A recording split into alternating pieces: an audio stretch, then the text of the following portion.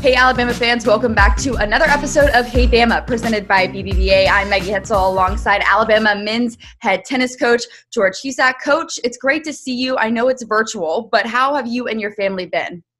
Thanks for having me. It's been actually a lot of, it's been an adjustment, probably more for myself in the fact that I've had to enter the house and stay in the house a lot more than my family's used to. So, the head coach of the house, my wife has she's trained me pretty well, but it's been a lot of fun to be around the family for as much as I've done, and as well as our dog.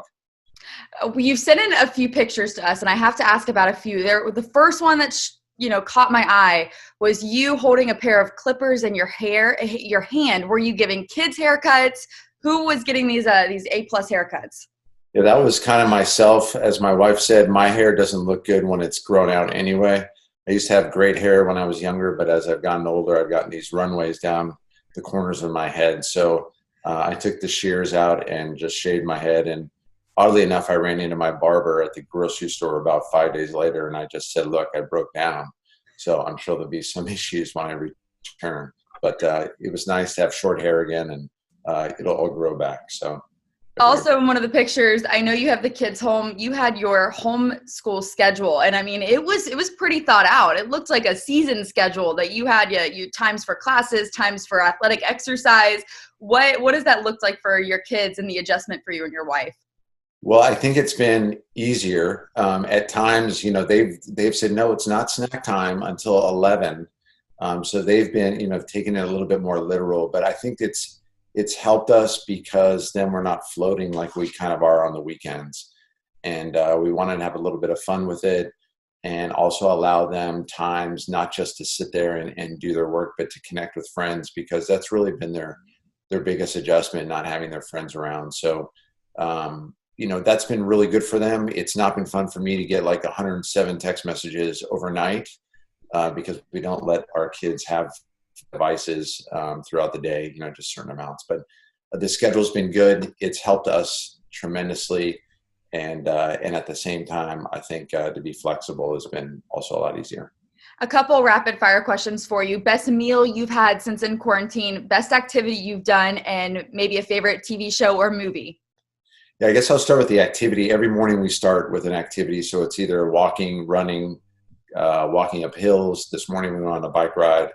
And that's been fun just to get out and get some fresh air, and it starts our day. So that's been a good thing that we've been doing. I've also been playing a lot of basketball. My son legitimately beat me in horse, so that was a little bit of a crushing blow. But we play nightly. Every night before we go to bed, or come in for the night, we always play plenty of basketball. So that's been a ton of fun. The food stuff, we've kind of ventured out a little bit, but kind of been tried and true with our staples. So I think our Taco Tuesday has actually been coming on Taco Monday, Taco Friday, a lot of tacos.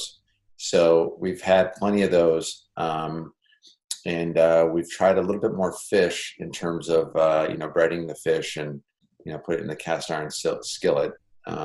From a show standpoint, I broke down and paid $20 for Trolls for the day.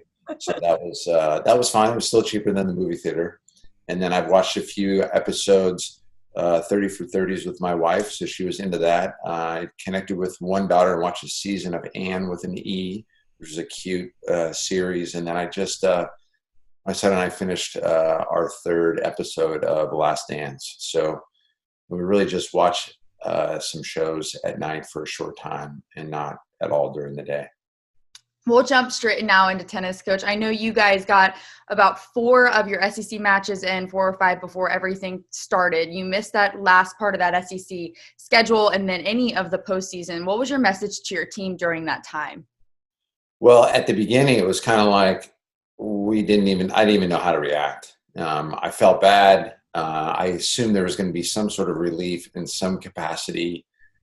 So when we left, it was just kind of like, well, let's wait and see. And really, all of our team stayed here for a couple of weeks because A, it was safer, and B, they just wanted to kind of have time to process rather than just exit the town. So when we found out about our scheduling for us, I lobbied for us repeating our 2020 schedule in 21, and that got approved. So that's a good thing. So we know where we're going. We've already started with 4 matches. We had a good season, and there are plenty of things that we could improve upon.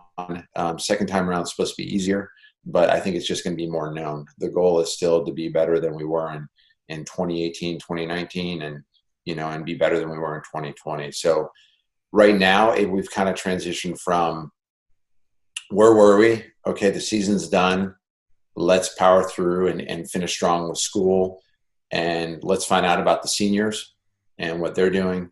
And then we've got our recruiting that my assistant and I have finalized, and then we're moving forward into the summer. We'll have some individual meetings next week, and now it's all tennis and game on. With that same schedule going into the 2021 season, what are you telling your team now that you know so well the opponents you're going to be seeing and playing? Well, we've had basically the same team for the last 4 years. We've had 2 players leave in the last 4 years or graduate. And so there's really not much to say. The meat of the season is March and April. They know what happened this year. They know what's happened before. They want to win it all. So really there's not much to say. What's going to happen is that, hey, we're going to have the same first 2 weekends. And in the same weekend, we went down to Florida and we thought we were going to win, and we didn't. And we didn't compete well enough. And we came back with a great win at South Carolina. Then we came home for a great homestand, and we let off our foot on the gas pedal and dropped a close match to Kentucky. And so we don't want that to happen. And then we came back with a good win over Vanderbilt. So again, they're excited. We're going to have a different non-conference look. But again, we shoot for March and April being where we start to peak and then finish strong in May. You sent over a picture of some Zoom calls with your team. What have you been talking to your team about during this time when they're all at home and you can really only see each other virtually? Yeah, so we've had our team, we've had our support staffs, and just for everyone to just kind of say, hey, what have you been doing? So quick updates.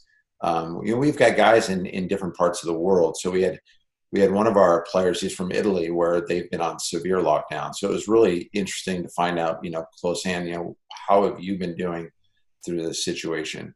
And then we've got someone up in Finland where they really haven't been touched at all. We've got a couple of guys here from the States where they've had some hot spots in their city. So they've stayed here in Tuscaloosa because it's been better, at least to finish out the semester. So we've been talking about, again, what have you been up to? And then just kind of sharing exactly what we've been sharing here for the last several minutes is, what have you been eating? What have you been watching? What's happening in your life. We've brought in some guest speakers. We had Greg Byrne on. So, again, doing our best. I felt like initially I didn't jump right into the Zoom calls because, again, I just wanted to process everything and then be like, all right, now I'm ready to talk and see everybody. Because I was trying to transition myself back into no work. So really just personal updates and then, different jokes. I mean, we're sending out videos and stuff on a team text all the time. So it's been a lot of fun. Coach, thank you so much for joining us. Best wishes to you, your family. Stay safe and healthy. Thanks so much, Megan. I appreciate it. Roll Tide.